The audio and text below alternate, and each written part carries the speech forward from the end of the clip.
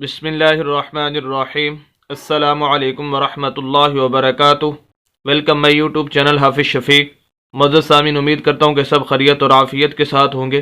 الحمدللہ، نورانی قاعدہ مکمل کرنے کے بعد اللہ کے فضل و کرم سے اور اللہ کی مہربانی سے آج ہم 30واں پارہ شروع کرنے جا رہے ہیں، جس کے آج ہم سب سے پہلی صورت یعنی ہم یہ پارہ الٹا شروع کرنے جا رہے ہیں۔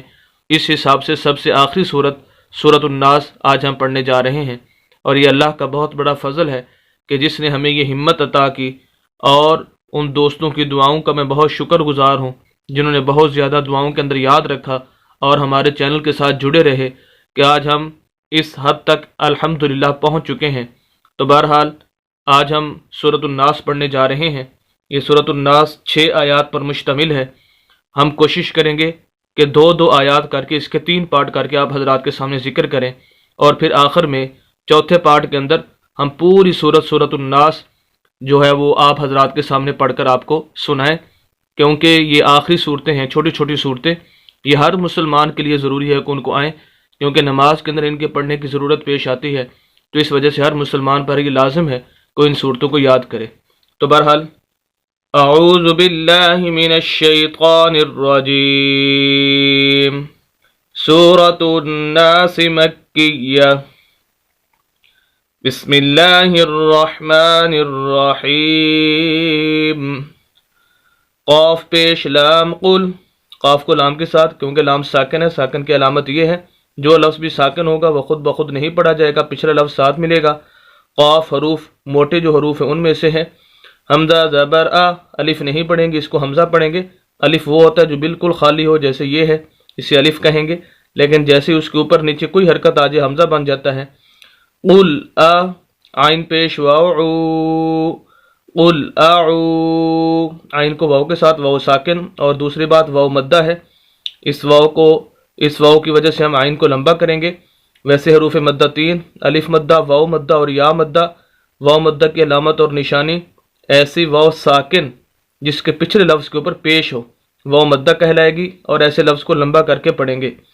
قل اعوذ، ذال پیذو، قل اعوذ، با زیر بی، را زبر با رب، با زیر نون بن، برب، را کو با کے ساتھ، کیونکہ با مشدد ہے، شد والا ہے۔ شد کی علامت یہ ہے جس لفظ کے اوپر بھی شد آج اس لفظ کو 2 مرتبہ پڑھا جاتا ہے، ایک مرتبہ شد سے پچھلے لفظ کے ساتھ، اور دوسری مرتبہ اس شد والے لفظ کے اوپر یا نیچے کوئی نہ کوئی حرکت ضرور موجود ہوتی ہے، اس کے ساتھ اس لفظ کو پڑھتے ہیں۔ دوسری بات کہ شد والے لفظ کو سخت کر کے پڑھتے ہیں، ہلکی سی آواز کو روک کر پڑھتے ہیں۔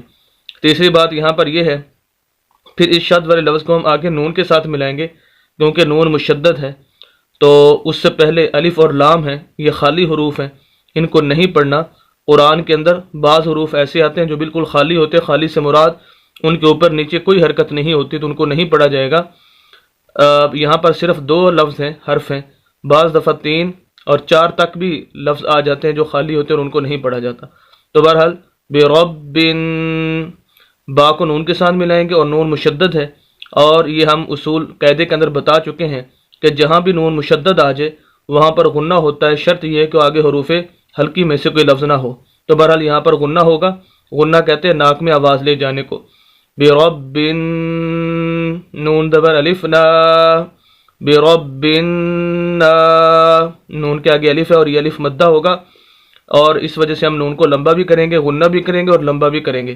ایسا الف جس کے پچھلے لفظ کے اوپر زبر آ جائے الف مدہ کہلاتا ہے، جیسے واو مدہ کے بارے میں بتایا، اسی طرح یہ الف مدہ ہے۔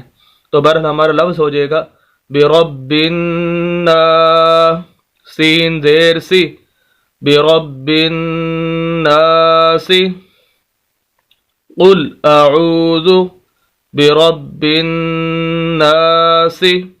یہاں تک ہماری ایک آیت پوری ہوگی۔ اب ہم یہاں پر وقف کریں گے لفظ پورا ہونے پر، آیت کے پورے ہونے پر، اور اصول یہ ہے کہ وقف جیسے ہی آیت پوری ہو تو جو آخری حرف ہے اس کو ساکن کر دیا جائے، اگر اس کے اوپر نیچے زبر زیر پیش وغیرہ ہے تو اس لفظ کو ساکن کر دیا جائے، جیسے یہ واو ساکن ہے، لام ساکن ہے، اسی طرح سین کو بھی ساکن کر دیا جائے تو وقف ہو جائے گا۔